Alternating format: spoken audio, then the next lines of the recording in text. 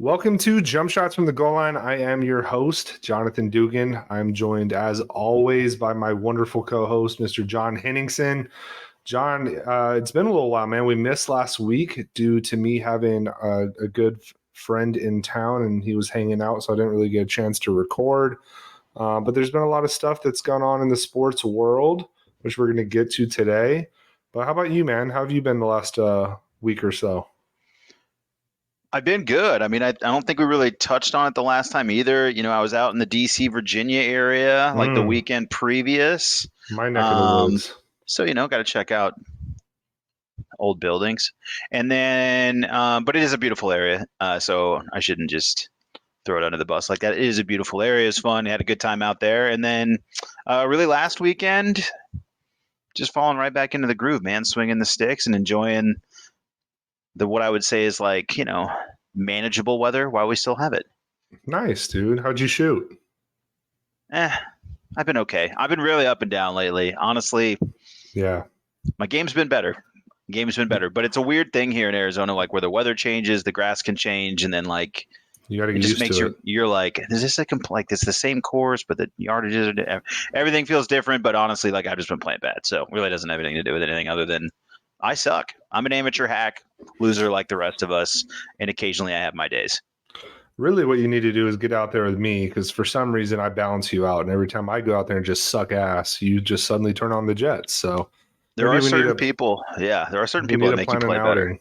Yeah, I do love Barry and Chris Wynn too. So shout out, buddy. I can always turn it up for you.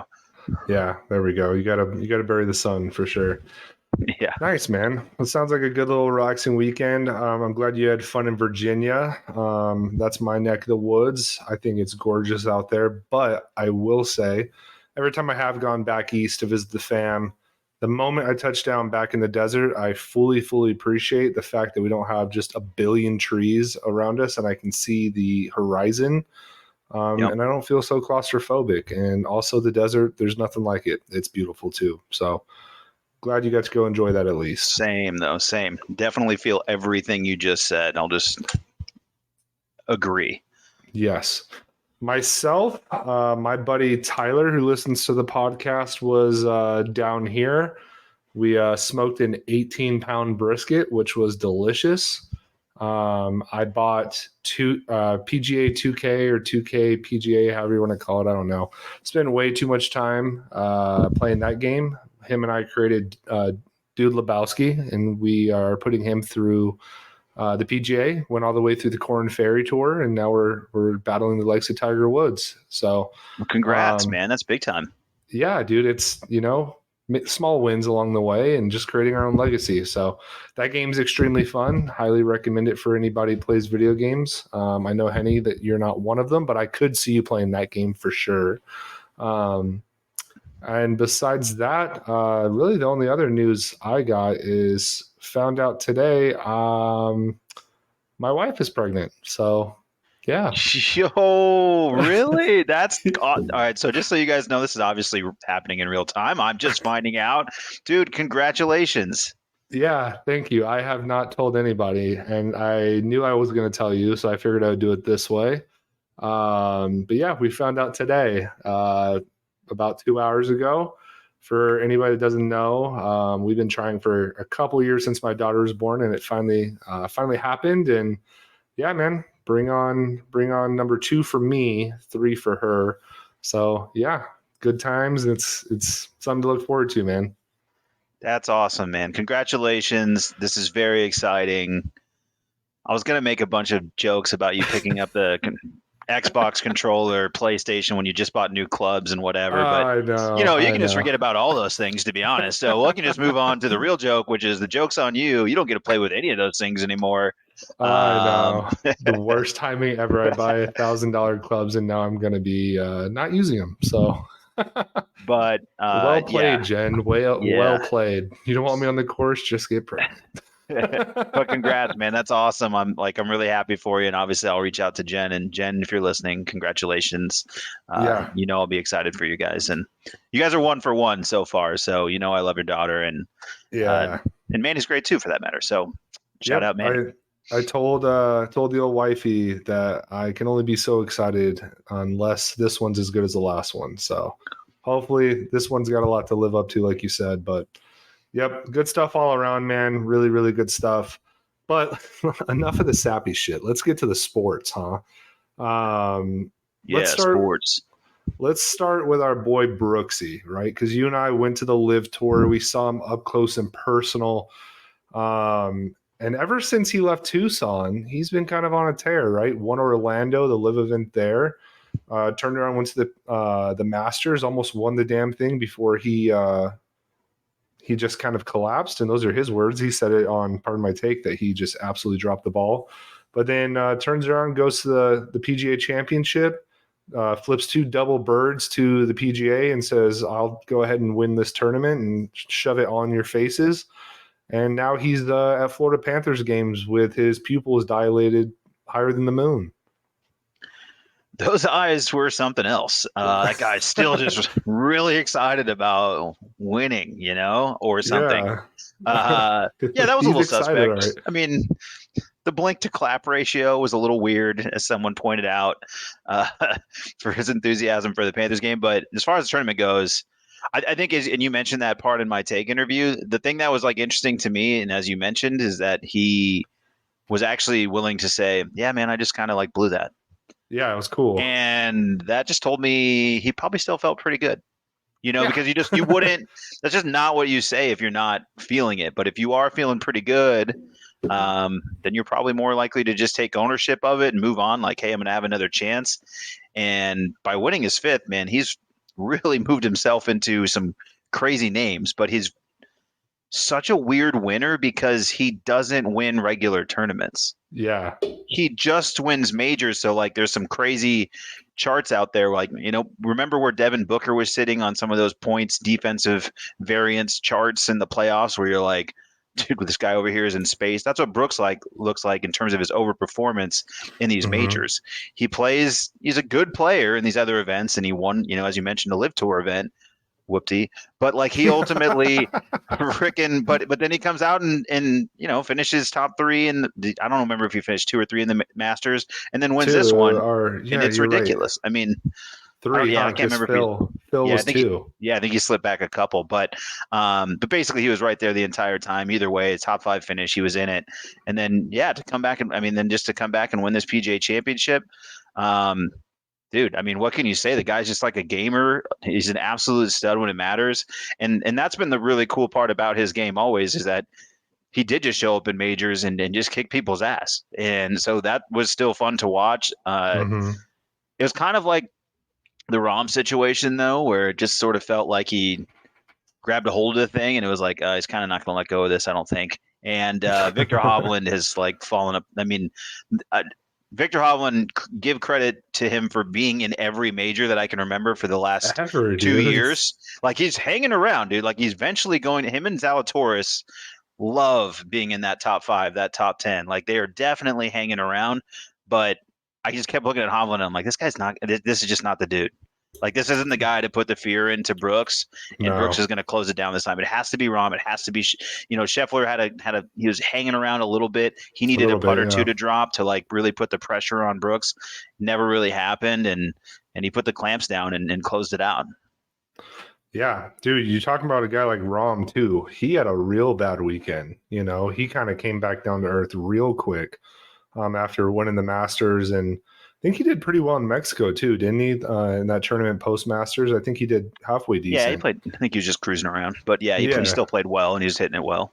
but then this weekend he had a really, really rough weekend. But yeah, man, Brooks, like, even though you said whoopty on the live thing. I mean, that really was the start of just getting him back in the rhythm and getting some confidence, because that's just been his whole thing the last couple of years. He's had zero confidence, and just it's even though like I think both of us are not.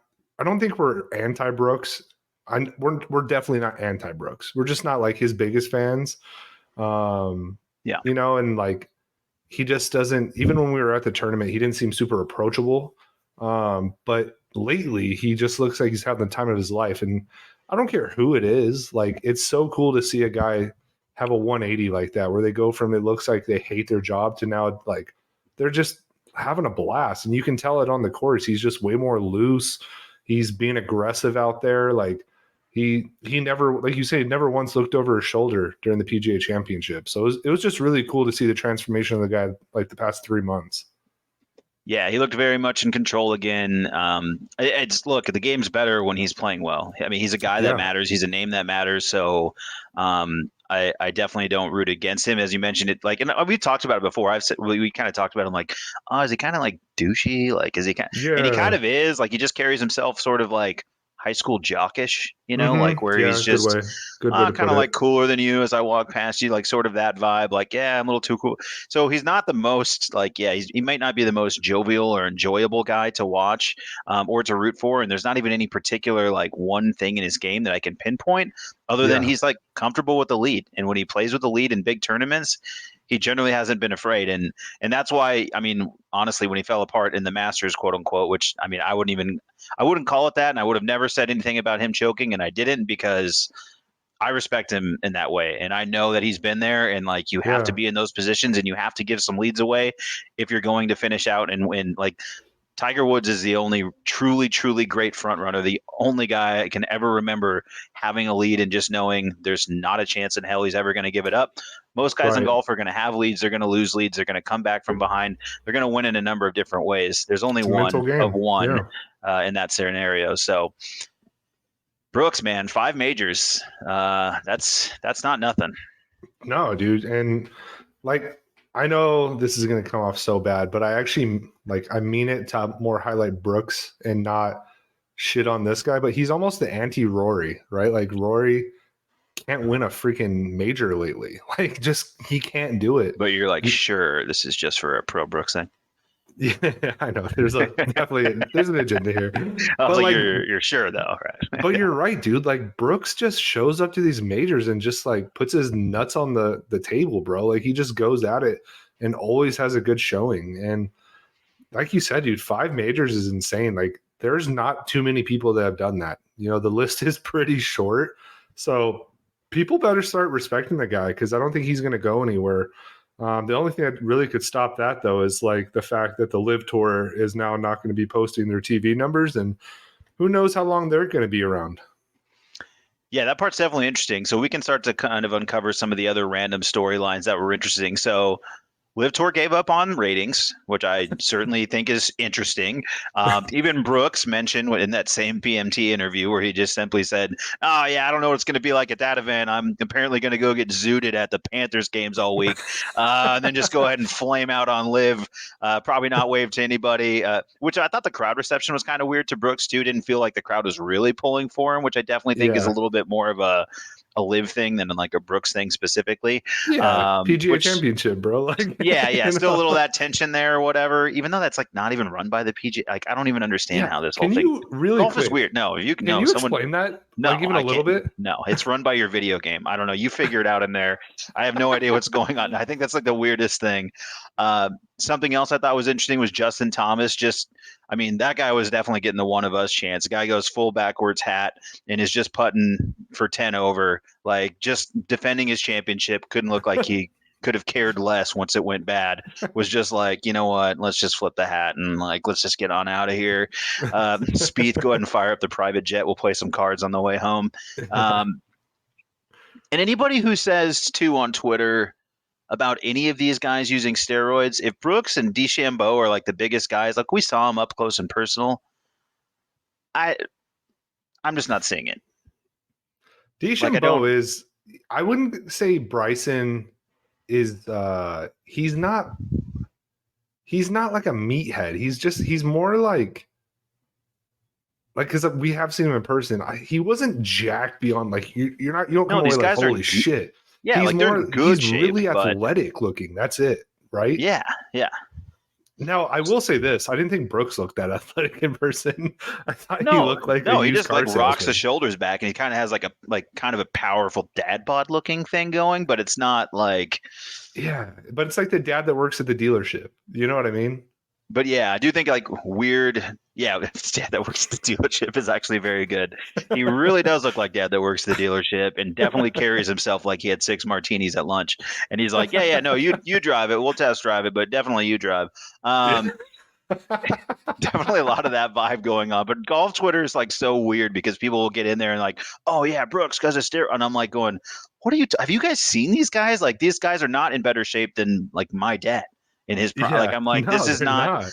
I'm like, and my dad was basically in shape from working in the lawn and doing some push-ups. So I'm like, I just don't understand the jump to like, oh yeah, like, and I'm like, he's not overpowering the course. That's not even what happened. I'm just like, what happened? Golf Twitter gets so freaking weird sometimes, Dude, you and we've talked cannot about tell it with the me. live stuff. But You cannot tell me that John Rahm is on steroids. That dude's got a gut. Like that dude for sure drank a bunch of beer at ASU. You yeah, know? if who would do steroids and then turn around and exactly like drink the whole trophy worth of beer and dump it all over there? You know what? That's just those two things don't go together.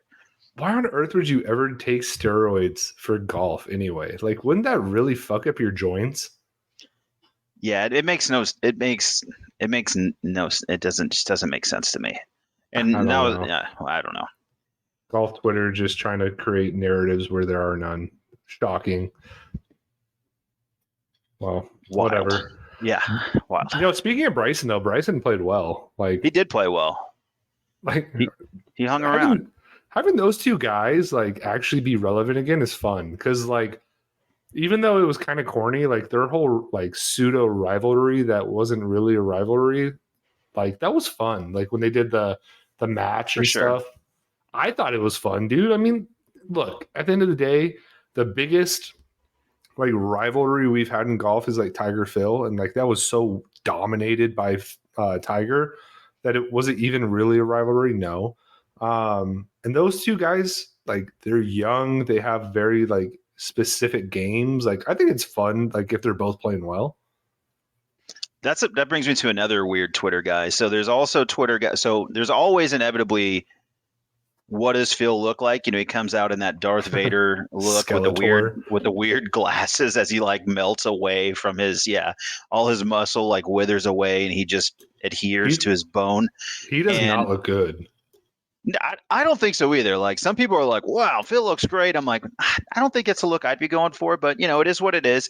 And I so there's miss always like Fat these Phil. inevitable comparisons. So the funniest one, personally, like my favorite was Uncle Baby Billy. So if you've seen The Righteous Gemstones, the Uncle Baby Billy comparison I thought was a great one. Another equally funny person to me on golf Twitter is the person that immediately comes in to defend Phil to be like, "Oh, funny how you make fun of him, but he has this many majors." And I'm like, dude, no one, what? Are you okay? Like people are so golf, dude. Golf Twitter's wild. Like I've only been more immersed in it since we started doing the pod. Like I'm not saying I Yeah. never followed along with it, but I think with golf I used to just sort of watch. And like the Yeah. NBA was for Twitter, the NFL Sunday was for. I've did diving into the golf portion of it and after live and everything. Wild out there, It's absolutely wild. it's low key fun, dude. Like Oh, it is. fact for a fact I was never subscribed to golf Twitter, but like same thing, I've gotten really into it. And like I'm not turning back, dude. Like these guys like legit will create a story out of anything. And it's incredible. And you're completely right. Like there's so many guys that people like the song Stand by Eminem was written for people like these guys. Yeah, for Like sure. the phrase "he's not gonna fuck you, bro" is legitimately just sat like it's been put aside for golf Twitter. It is so bizarre. It is such a strange world. But hang in there, folks. Like keep doing what you're doing. I love you all for it. But my God. Do you think it means anything that a live guy won the PGA Championship? Though I know it, like you said, it's not a PGA event, but it's still like that's their event. You Yeah, know what that's I the thing. mean? Like, Like, I don't think it does. Like, I think like all the even a live has little done bit. is just improve the. No, I just think it is all it's doing is it created a fake bad guy and up the viewership of PGA Tour events. I think that's all that happened. I think it's That's true. the more this continues, the more it's like very clear that like this happens, and then everybody goes like, "Oh, like good for live," I think, right? But then it really doesn't matter. Like, really, what happened was we all felt like a PGA event. Okay, a guy that we still know from the PGA whose brand and reputation was built from the PGA. Yes, we know he took money to play in these other tournaments, but then he wins and it doesn't Like that doesn't really change the narrative at all. Like it doesn't make me want to watch live events. Like it's great that they have a couple good players, but we knew they had good players. It's exactly who we thought would compete in these events. Like we still thought Brooks would be good.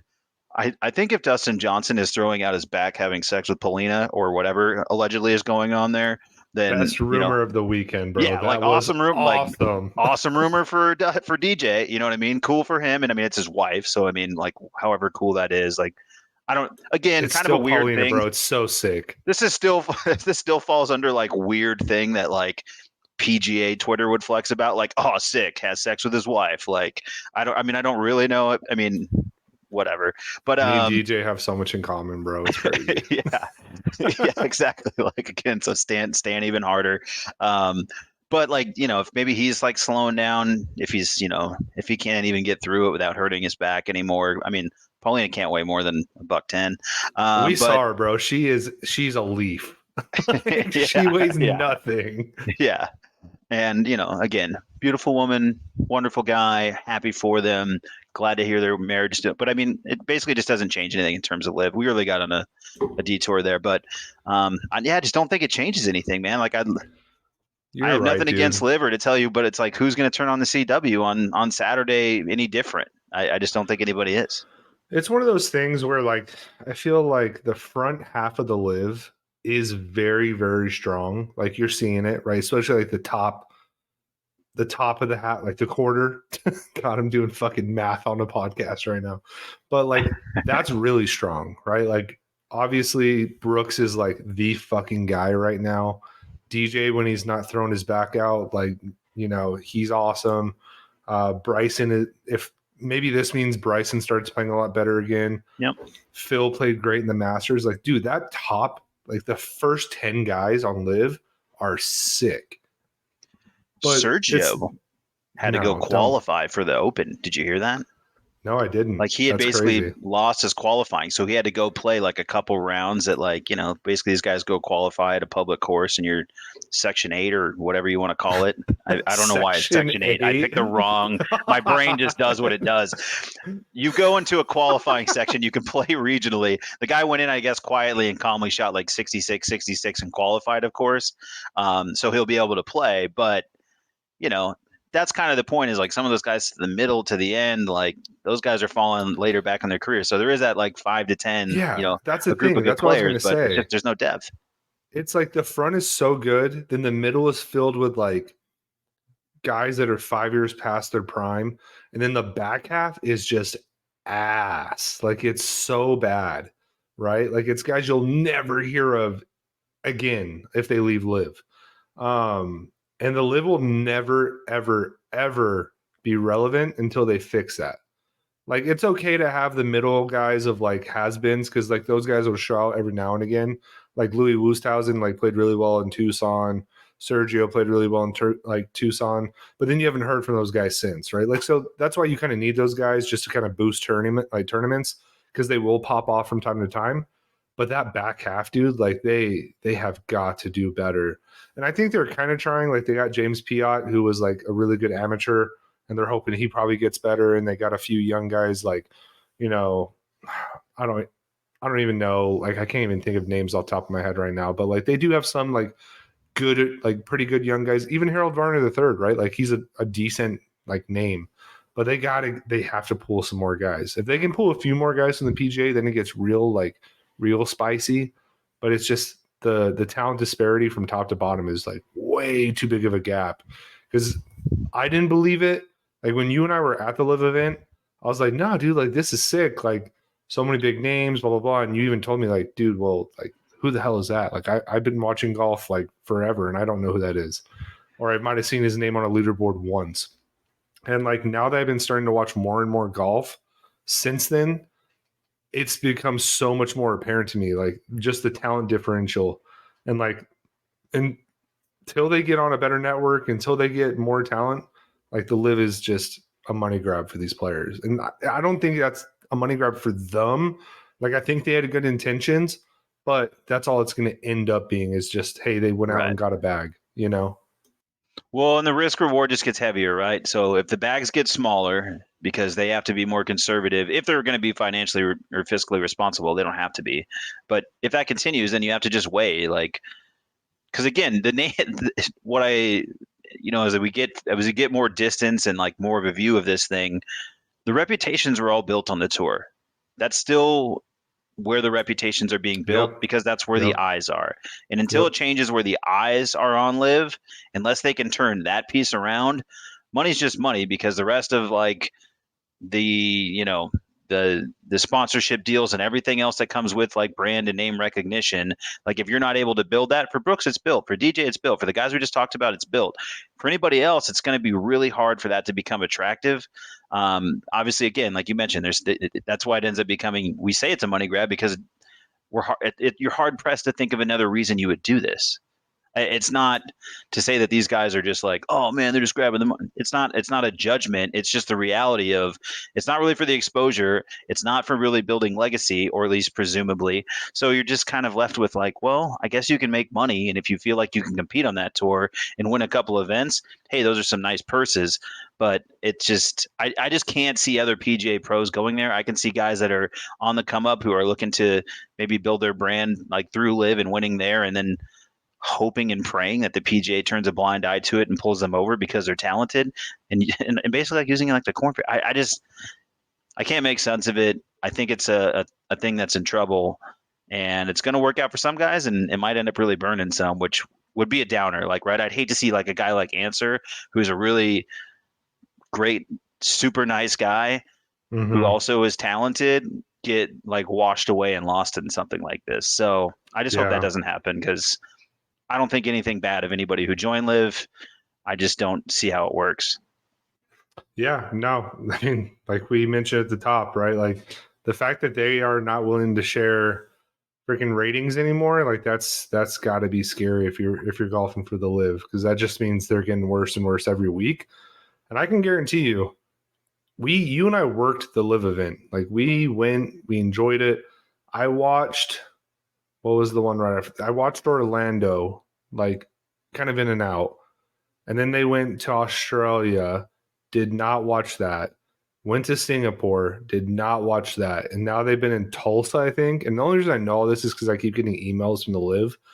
Um, and I did not watch a second of that. I do know that DJ won, so maybe that's why he was celebrating with Paulina. But um, yeah, they don't have any staying power. And that wraps it up. We have to Yep. move off of Live. 25 minutes of, well, we didn't do that. I mean, you announced you're having a child, so it wasn't all that, but Yeah. I'm sure people are lived out. Yeah, very valid. All right, well, let's move on then. You're right. So, hey, the Lakers got bounced, and LeBron had a lot to say about it post game. Leave it to LeBron to get swept in the playoffs, not play particularly well all series, and go up on a stand and say a couple comments. One being, I'm better than 90 to 95% of the league playing in the playoffs. And then he also said, "Hey, if you want a headline, I'm not sure what I'm going to be doing. Let's not focus on the Nuggets winning. Let's focus on LeBron because that's what LeBron does best. Don't you agree? Yeah, I mean, and ESPN took the bait for sure. That's all they Of ran with course all they day. did. So, I mean, that, I mean, not that I like turned it on, but I mean, I still had enough people pushing me the headlines like ESPN not going to talk about the Nuggets. I'm like, no, they're not going to talk. But when were they going to talk? They're not going to talk about the Nuggets. LeBron's so like this is like I'll just say this, which I've probably said a million times in some variation, that like he is fine, and I really and actually enjoy him as a player.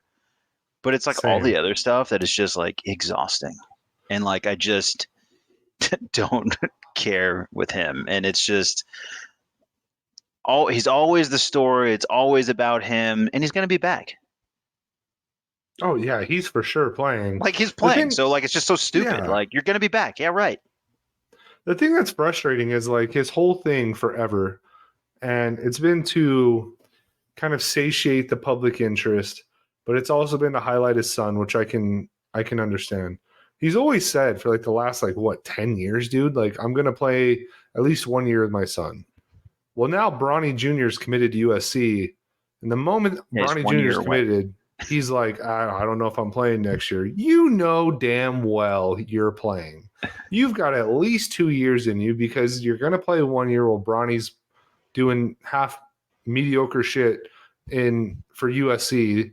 And then he's going to force the Lakers to draft Bronny Jr., trade whatever it takes to get to that spot. You're going to play 1 year with him and quit. We've known that for years. Like, people, you couldn't script this. Like, that is what's going to happen. You're not retiring. You're legitimately just trying to steal airtime from Denver. That's all you're doing. Well, you did it, buddy. You win. You win again. You did it. But yeah, it's absolute insanity. He is. I mean, he's just really a narcissist. I mean, I really don't know how. Biggest. Like, I mean, it is crazy. Like, I mean, we always do the jokes, and everybody's in on it, at this point, and been in on it for years. That he's. Oh, I could have told you that was going to happen. I read that book or whatever the thing is. The guy is like absolutely preposterous as an NBA player. Awesome, incredible, great. I don't even actually care if you have the argument that he's the best. He's not my greatest, but it's okay if he's yours. Like, I get it because I've watched him with my eyes. He's freaking incredible. But the dude just drives me crazy sometimes. Yes. Like, he just drives me insane. Like, he just won't shut up. He's like, and every team who's been in a relationship with him is essentially in just like this toxic relationship where he will just say anything so that he has some sort of cards in his hand so that he can try to manipulate the situation and play GM LeBron. And here we are again. But the Nuggets rolled and they played freaking great. And I guess that makes me feel better as a Suns fan. Yeah, wait, did we just fall for the trap? Yeah, no, that's what I was like, well, I can't do too much more. I'm going to feel sick about it. We just talked about LeBron before we even talked about the Nuggets playing well. Like, God, this guy. Oh, man, Nuggets fans are going to be pissed. Dude, LeBron is like a marketing genius. Jesus Christ. I'm still talking about him. All right, we're done. We're done talking about LeBron. All right, Nuggets, though. Boy, were we wrong, right? Like, I don't think you were wrong. I was wrong. I said the Lakers were a really – I said the Lakers were a really bad matchup. The AD was going to do this, was going to do that. Don't worry, audience. I've already been clowned by many of my friends that listen to this show as well. Being like, oh, you said blah, blah. I get it. Okay, I was wrong. Jokic is phenomenal. My man's out here hitting step back threes, catapulting shots over AD. Like, it's insane.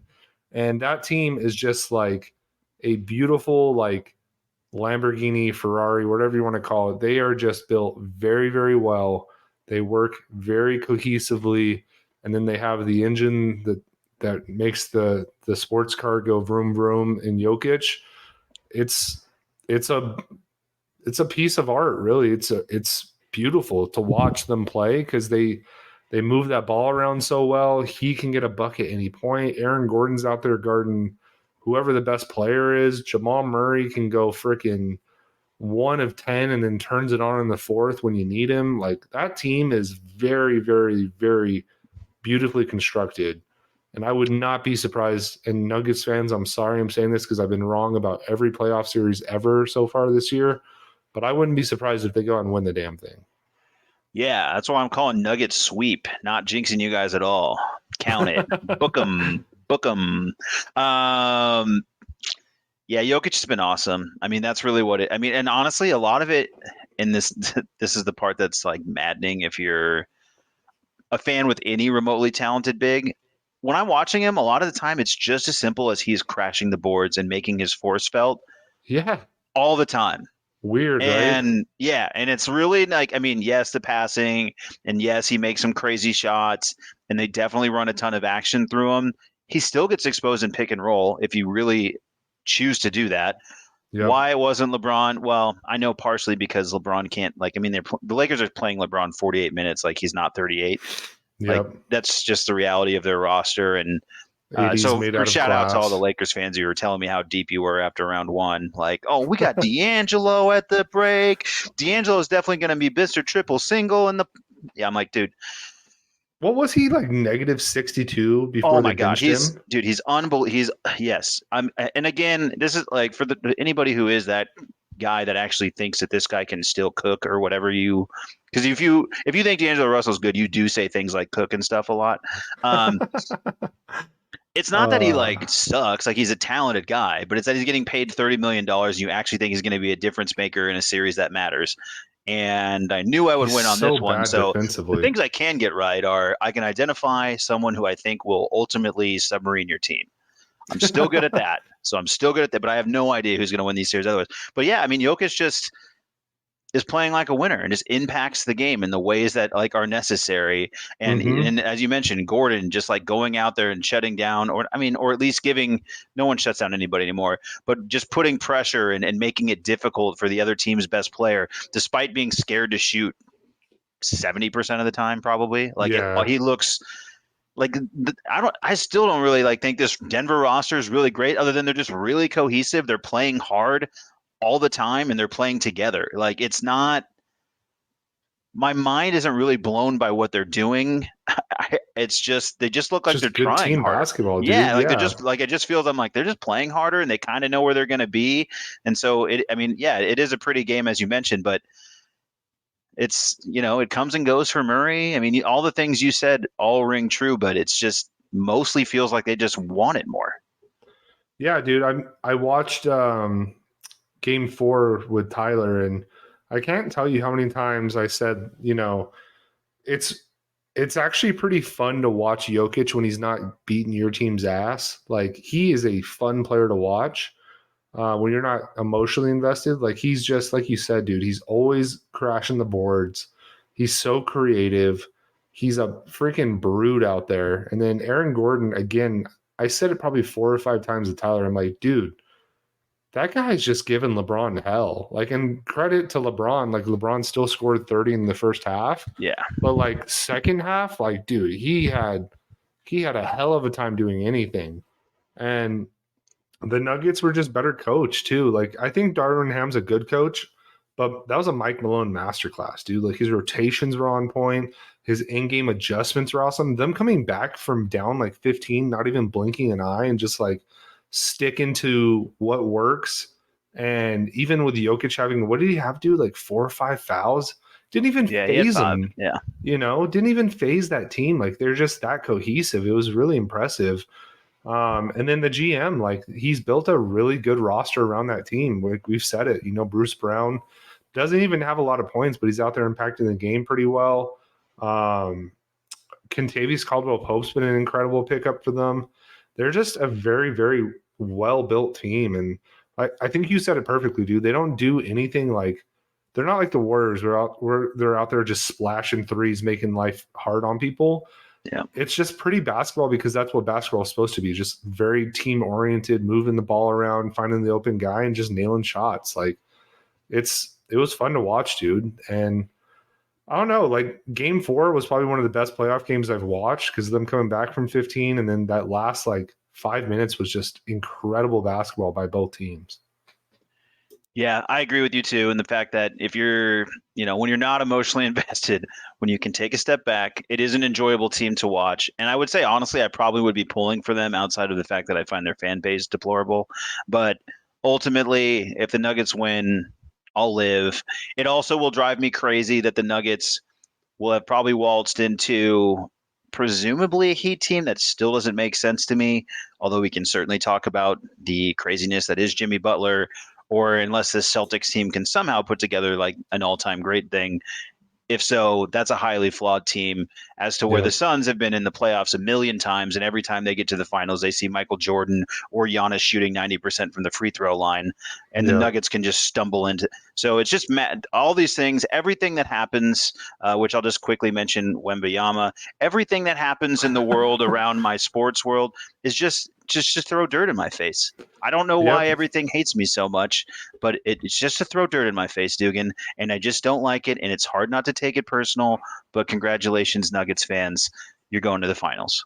I think we secretly knew, just very quickly, I don't want to focus on this too much. I think everybody secretly knew Wembanyama was going to go to the Spurs because that's just France's national team in the NBA. Also, the Metropolitans, which is Wembanyama's French team, is owned by Boris Diaw. So there's definitely no collusion there whatsoever.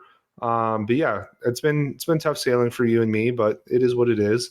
Now the Nuggets, since they swept the Lakers, have a week and a half where Jokic can just go home and eat a bucket of spaghetti and just chill on his couch and rest up. So I guess we'll have to see what happens with this Heat Celtics series. The Celtics pulled one out tonight and kind of beat the brakes off the Heat, but that Heat team looks good, don't they?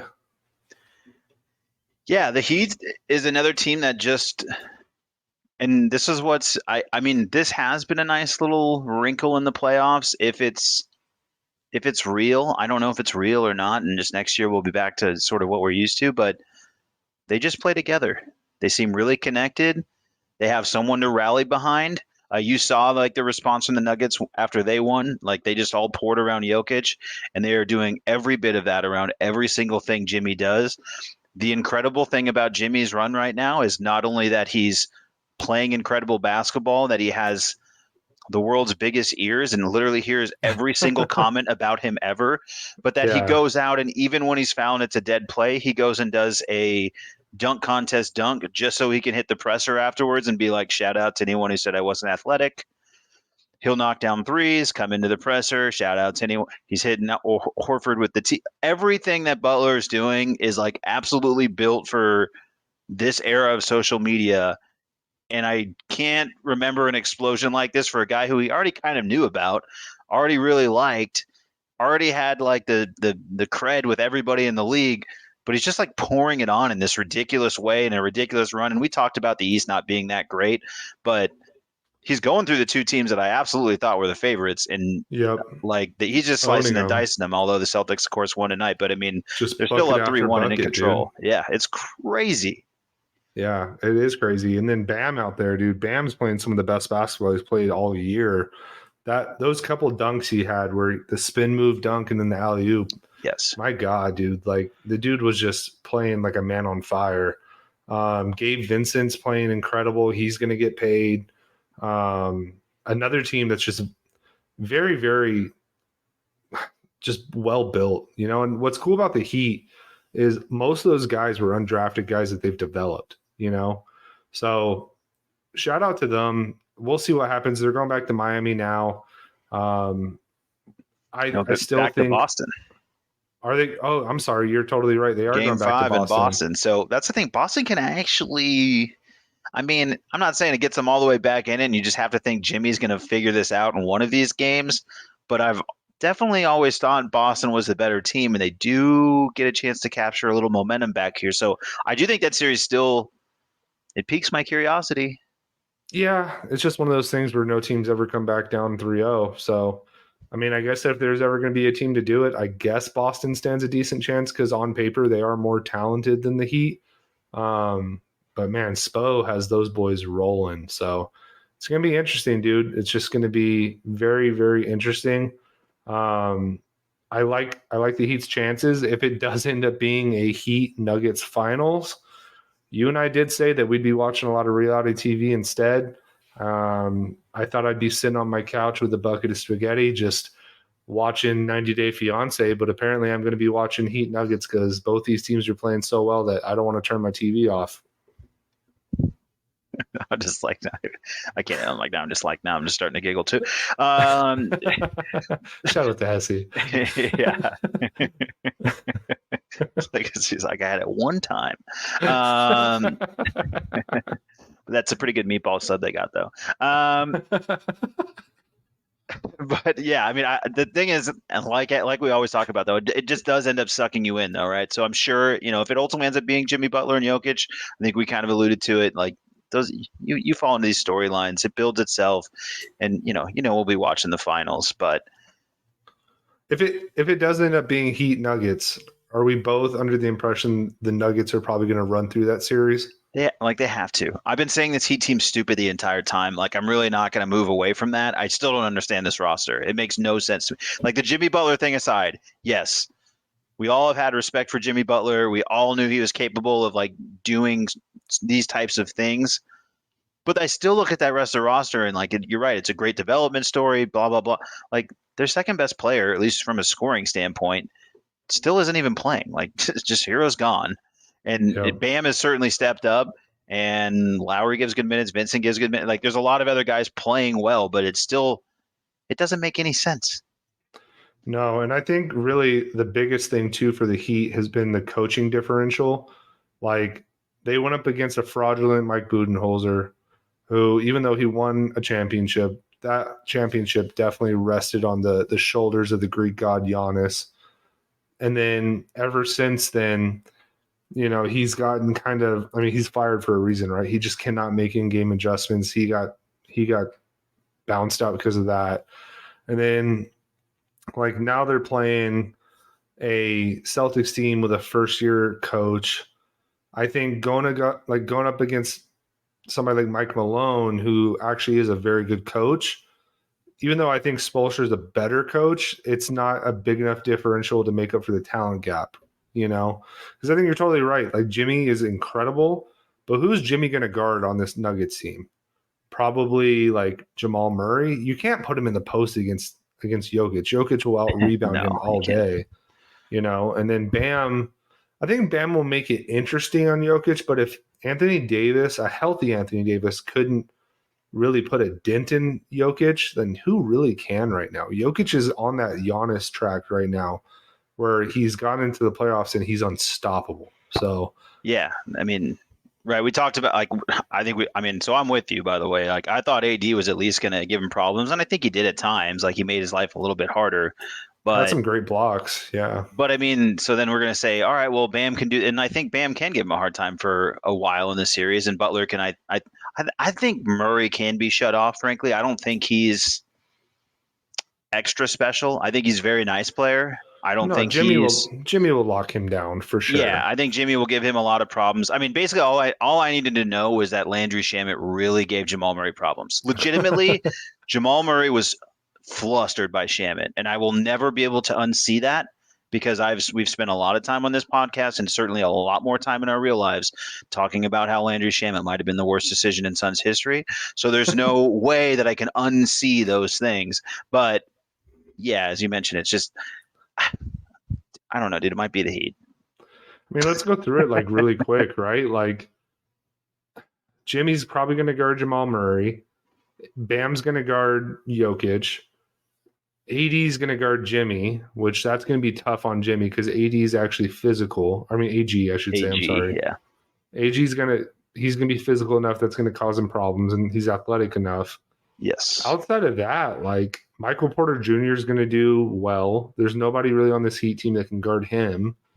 And then who's their fifth guy on the Nuggets? I've watched so much Nuggets basketball, I can't even think of it right now. I mean, it's Brown. It's it's the other Brown. Like there's a rotation of guys. That's the thing. To me, the thing is that they can throw, as you mentioned, like if they're throwing AG, if they're throwing Brown, if they're throwing, like the Nuggets have multiple defenders that they can throw at Jimmy to try to wear him out, and Jimmy has to do a lot to make that offense work, and it's been working, but like he has to get tired at some point. But then, Kyle Lowry's going to come in and make 8 threes, and I'm not going to know why. And he's going to flop all over the place. And then I'm going to be going, are the Heat good? Are they still good?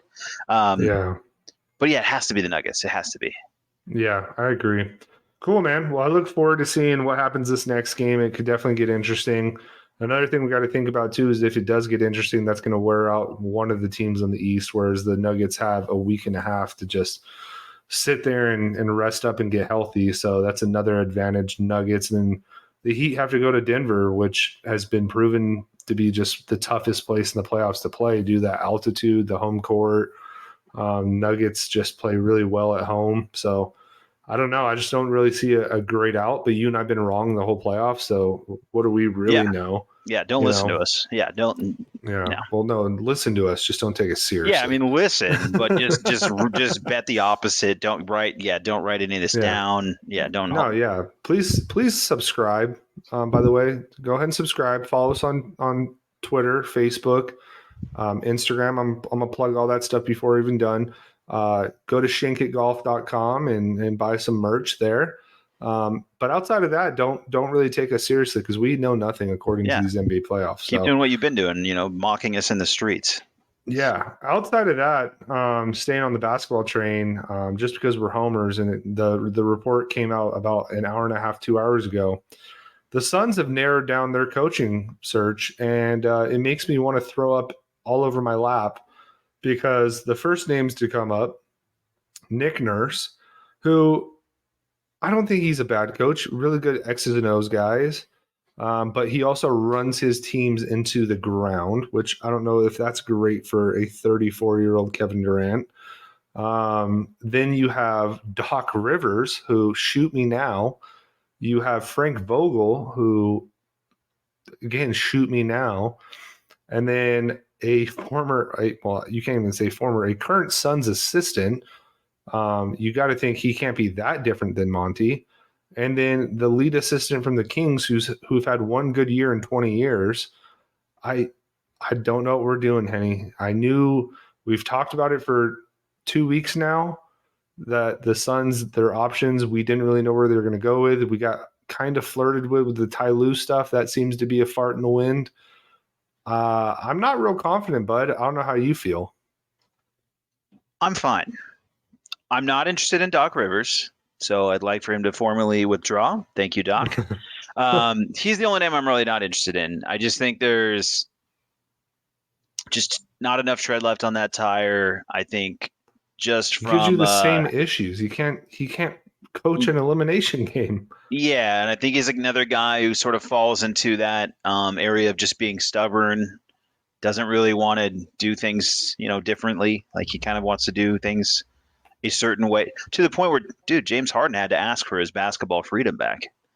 Poor James out there. He just wants to put, which for all the people that are James Harden fans who are excited that, he led the league in assists or whatever you're interested in, him asking for his freedom back is like, I want to go back to not playing defense and taking whatever shots I want and dribbling the ball 47 times a possession.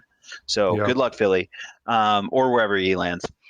And he ends up in Phoenix with Doc Rivers, and I'll have to literally die. But from a Suns perspective, I don't think, right. There's two coaches, three coaches, four coaches maybe that you'd be really excited about. And most of those guys have jobs.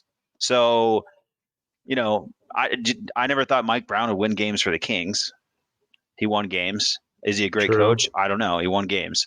Mike Budenholzer, as you just mentioned, I'm not impressed with him. He won a title, had a lot of talent. They put enough of a system together for 1 year. So if Frank Vogel can come in and put in, defensive strategies and make adjustments in game that make the difference, great. If Nick Nurse can do that, great. If some of these guys are only here for 2 or 3 years for this run, whatever that looks like, great. I want one freaking championship. If one of these guys can put it together for 1 year, I'm good with it. I don't care if they're an all-time legend. I just need them to. I think it's really just figuring out the defense. I think this offense is going to orchestrate exactly how Book and KD wanted to anyways, and I really don't think it matters. I think it's nice to have someone with some perspective and knowledge of the game, and can look at it from a different vantage point and add. But I think really like all the stuff happens defensively, for lack of a better term, and it might be one of these young guys, as I kind of talked about, I think in a pod previous, where sometimes you just grab someone off the pile. And they have a different perspective. They see something and they're not afraid to make adjustments, maybe because they're new, maybe because they don't know better and they haven't been beaten down by the press yet. And they take some chances. They do some things. They play zone. They put in this guy and make that substitution that Monty wasn't going to because he was too stubborn. So I'm still completely open-minded outside of Doc. The rest of the names, whatever, man. Like, let's figure out the roster. And I think if the roster's fine, then there's really nothing I'm worried about. Yeah, Kevin Young, I don't know what to think because he was a Monty guy, so I'm just a little worried that he's going to be way too much like Monty. Jordy Fernandez, I think his name is. I don't know anything about him, but he screams Igor Kokoshkov because he's an international guy who's really only been an assistant, and we saw how that ended up. Nick Nurse has championship pedigree, but I already listed why I'm nervous about him. And then Frank Vogel, he did win a championship with the Lakers, but it was a bubble championship. So who's to say it was a real one? He had some nice runs with the Pacers, though. Yeah, you're right. He did. So maybe Frank's the answer. They said we'll have an answer within the next couple weeks. They're meeting in Michigan because why would you go to Phoenix? They're meeting in Michigan by the end of this week, and it's being led by Ishbia because, again, why would it be James Jones? And I'm actually kind of psyched about that because James Jones and I don't see eye to eye. So it's going to be interesting to see what happens. I just hope to God it's not Doc Rivers because I'll tear my eyes out. So we just cool, can't do man. Doc from the coverage standpoint, right? No. Like if we thought ESPN was annoying with LeBron, I just can't do. I can't do Stephen A. and Skip and these guys with Doc and the Suns coming off of like 2 bad losses, to get closed out and then being like, and now you hired Doc. I mean, I don't know why I did Stephen A. voice, but like, we can't do this.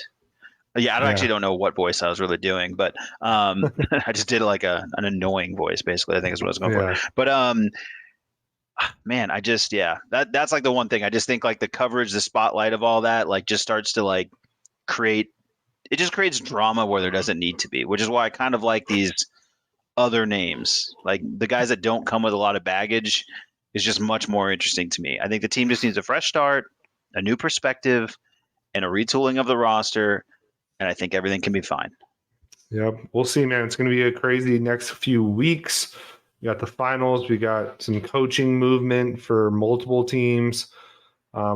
Stick to the pod. I know Henny said don't listen earlier, but please follow us.